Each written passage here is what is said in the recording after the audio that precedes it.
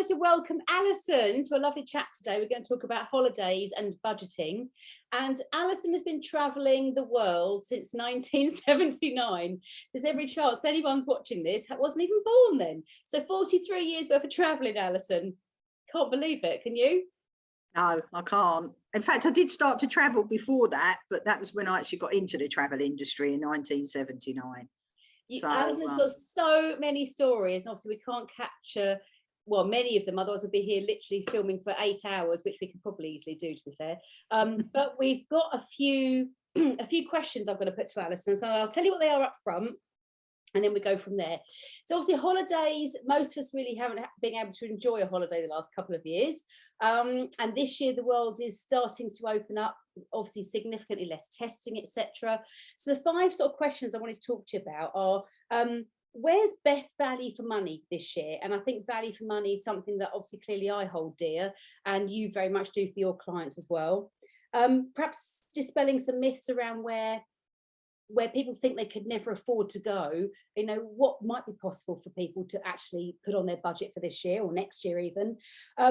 What high and low seasons look like for some of the really key places that you might have dreamt of going to.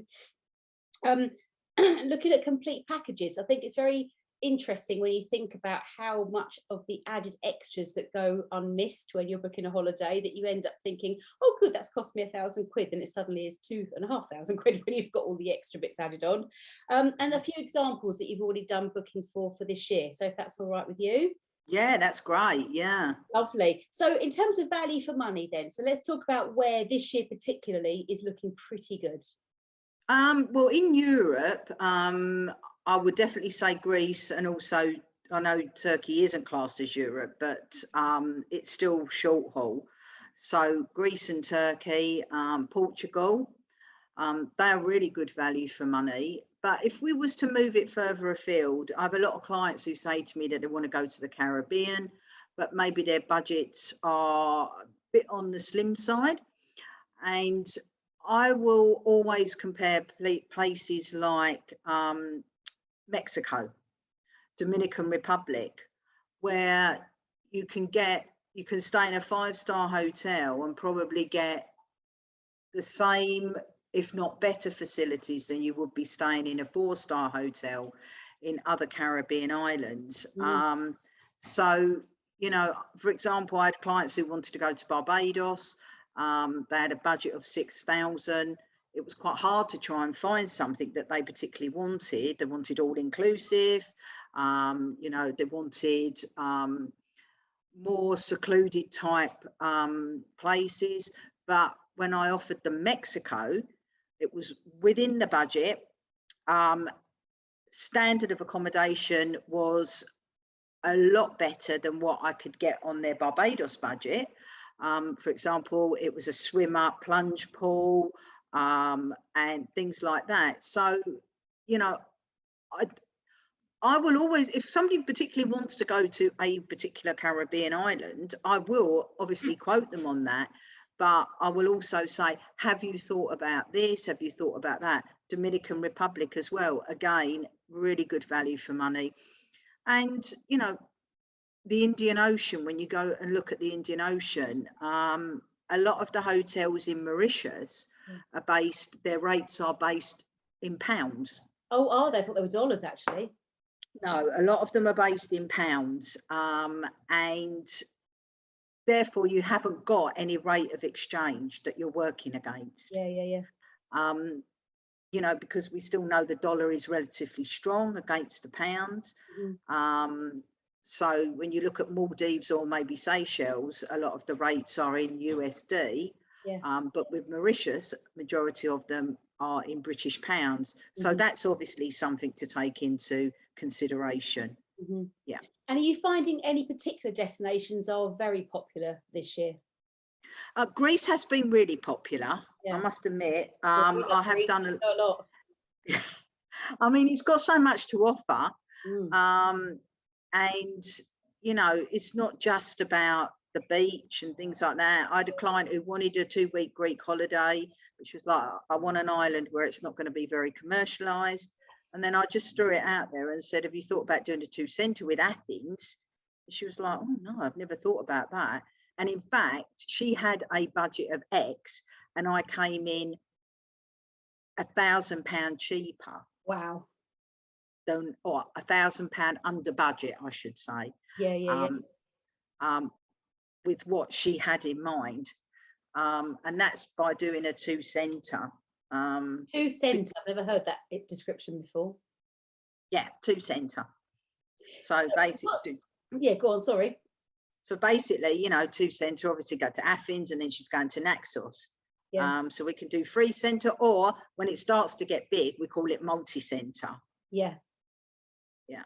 So if I came to you, for example, and said, oh, I really fancy going to Paris and doing a bit of this and a bit of that, and here's my budget, obviously you would look at all of those things and take all those things into consideration. But what I love about your style and your knowledge of the world is just insane.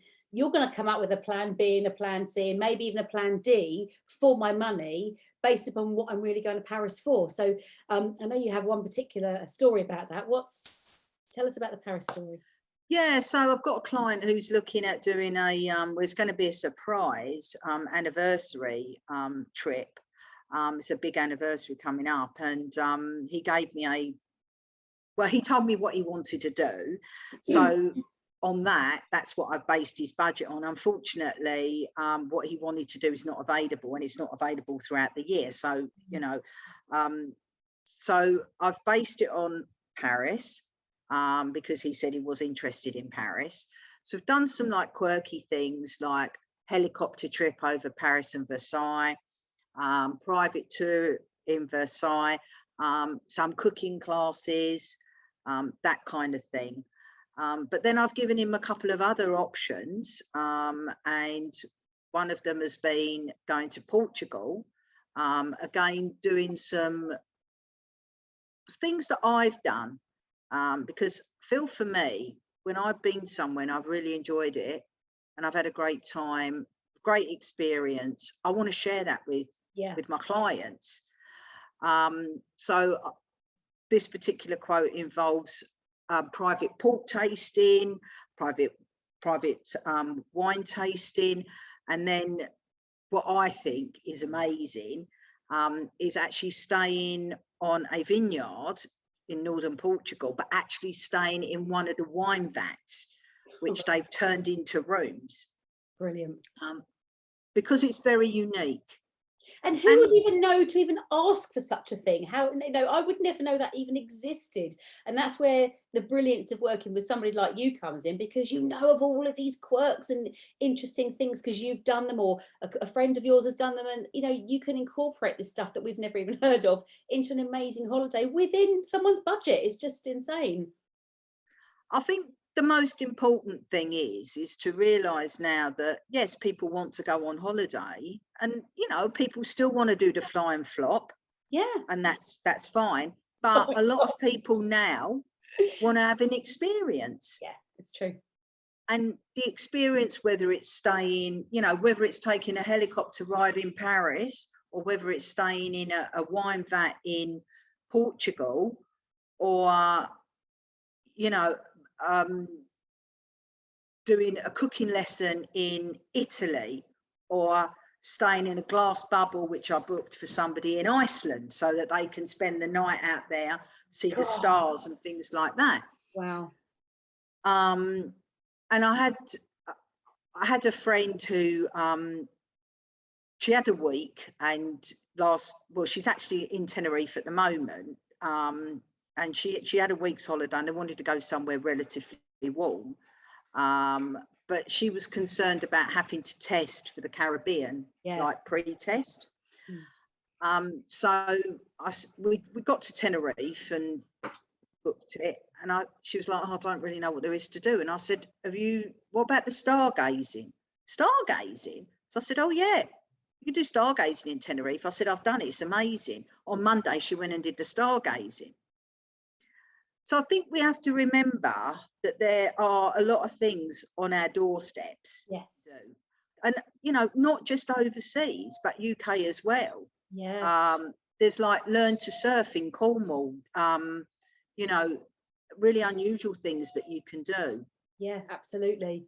I mean, there's a lot of things that people think that, oh, there's nowhere, I'd love to go to this particular place, there's nowhere I'll ever be able to afford it. What sort of places do you think would be, though, what are people thinking about, and what maybe is on their radar they didn't consider that would be? So I think this, a lot of it can be on seasons, like high and low season. A lot of people say, oh, you know, my dream holiday is to go to the Maldives. And I know that you've been quite a few times. Yeah. But, you know, if you go in low season, it's definitely achievable within quite a reasonable budget. Yeah. And, you know, a lot of people say to me, oh, you know, as long as it's fairly nice weather, you know, I don't want it like boiling hot and things like that. The one thing I would say is that you'll always get really good deals in the UAE in July and August. Because it's too. But please, when you are talking 110 degrees, that really, to me, is not value for money. No, it's painful. I wouldn't want to be in that. So, you know, you need to look at, like, yes, going to the Maldives off season, you might get a bit of rain, but it's normally the tropical rain that comes and then goes. It does. And it is good value for money. Going to like Dubai in the middle of August, when it's like 50 degrees, is not good value for money. No, absolutely isn't. You know, so I think we have to, you know, put things into perspective. Definitely. And like, people always think September's a really, really good value for money month. Believe it or not, it's actually quite an expensive month. Oh, okay. Yeah, because obviously school holidays are finished, and then you've got the people who don't need to go into school holidays. Yeah. Want to go away. Yeah. And weather's still good in Europe in September. Definitely. But in October, if you avoid the children's half term or the end of September, you're going to get more value for your money. Yeah. Because it's slightly off season, but you're still going to get, obviously weather's never guaranteed, but like historically, you're still going to get good weather. Yeah. Yeah. Very true. And I think a lot of the thing when you think about your budget, people don't tend to think too much about all the added extras. So what I love about you is that you when you're doing a holiday for someone, you'll by the very nature of your knowledge include all those bits and pieces that actually add quite a lot on top. So things like luggage, you know, a lot of airlines now, you know, you're having to pay extra for those. And what are some of the other things that you have to worry about that you include? Well, luggage is a huge one. I think people know that with the low-cost carriers, they're going to have the luggage or pay for the luggage. But a lot of people don't realise with scheduled airlines that there can be extras for luggage. So I'll always cost the luggage into the quote and say, if you don't want the luggage, then we can deduct it, which is a lot better than saying I've got to now add on another 200 quid for luggage. Yeah, yeah. Airport parking. Yes. Overnight stay at the airport, including airport parking, is a really good value for money. So you can book the overnight hotel, great start to the holiday, and you can do the parking as a one package.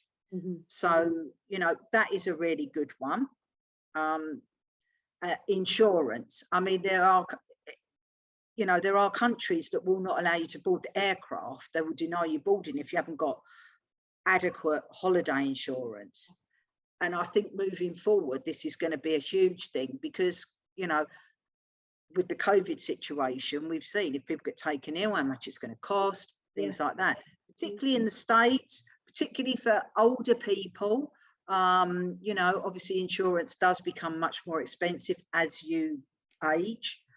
So to include the insurance, a little example, I had some clients that are going to Athens for a short break.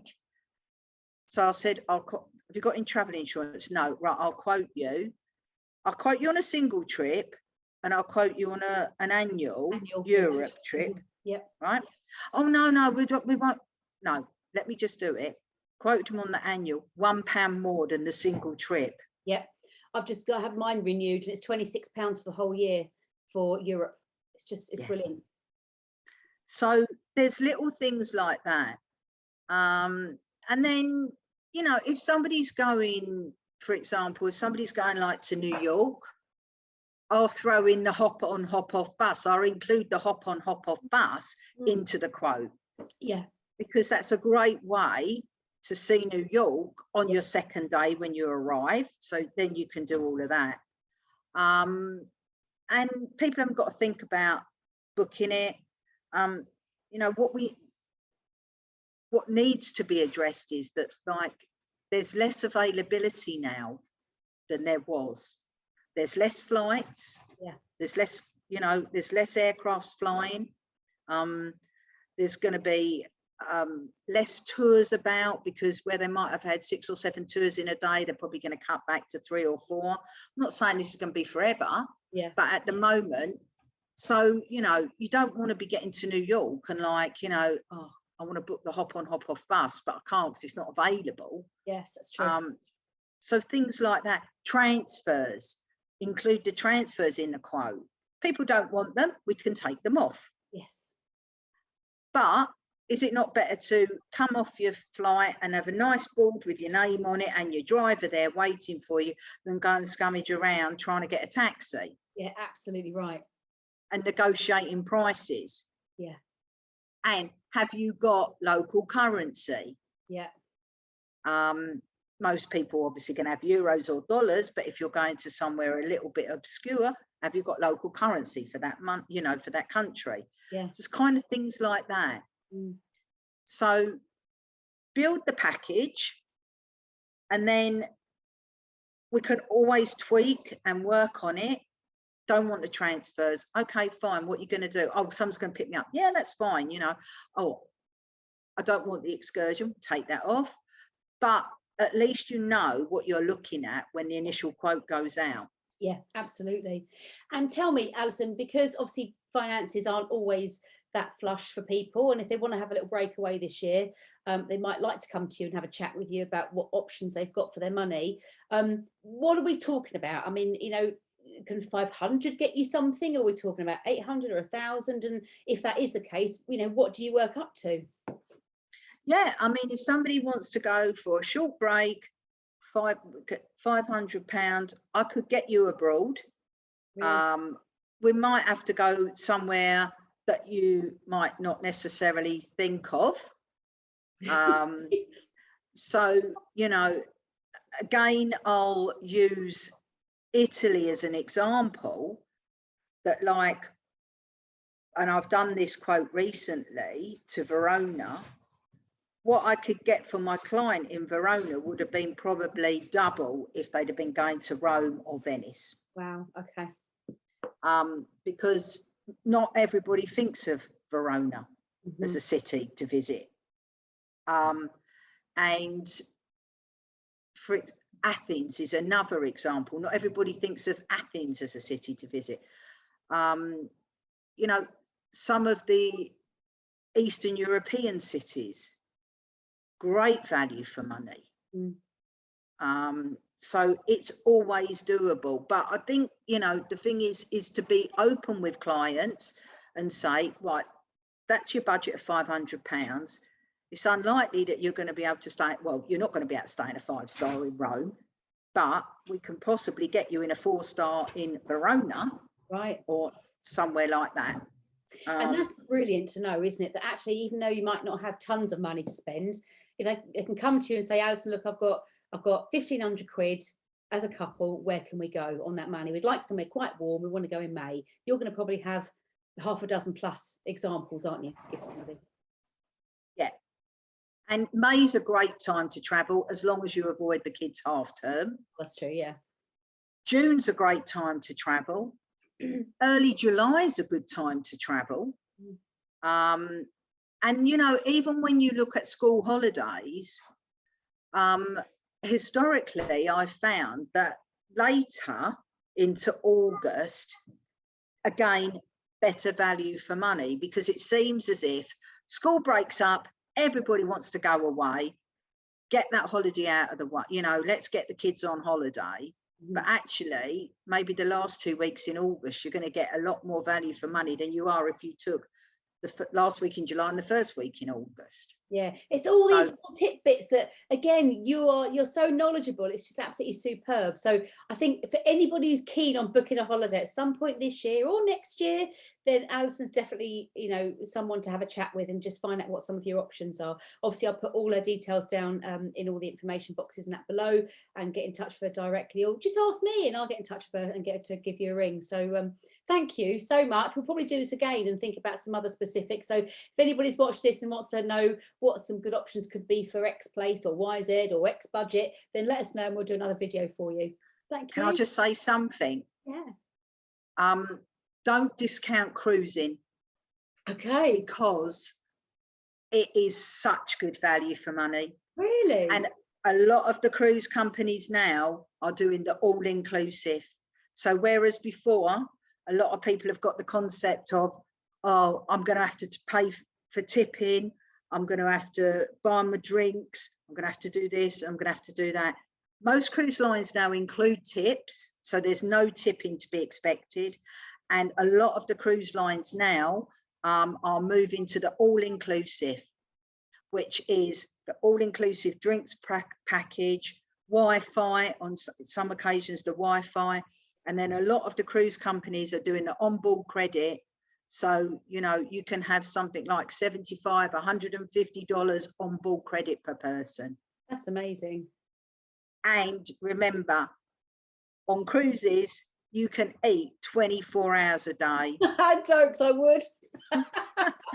You've got, you know, we're talking West End, Broadway entertainment, that if you was going to a show, you'd probably be paying 60, 70 pounds a ticket for. Yeah.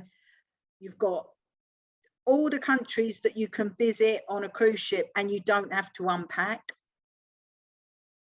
And some cruise companies are also including now where they'll pick you up from your home and they'll take you to the port. That's just beyond, isn't it? That's the way to travel. So don't discount, you know, don't discount cruising, people, because when you actually look at what you're paying and you work out that you're getting constant food, constant entertainment, absolutely excellent value for money.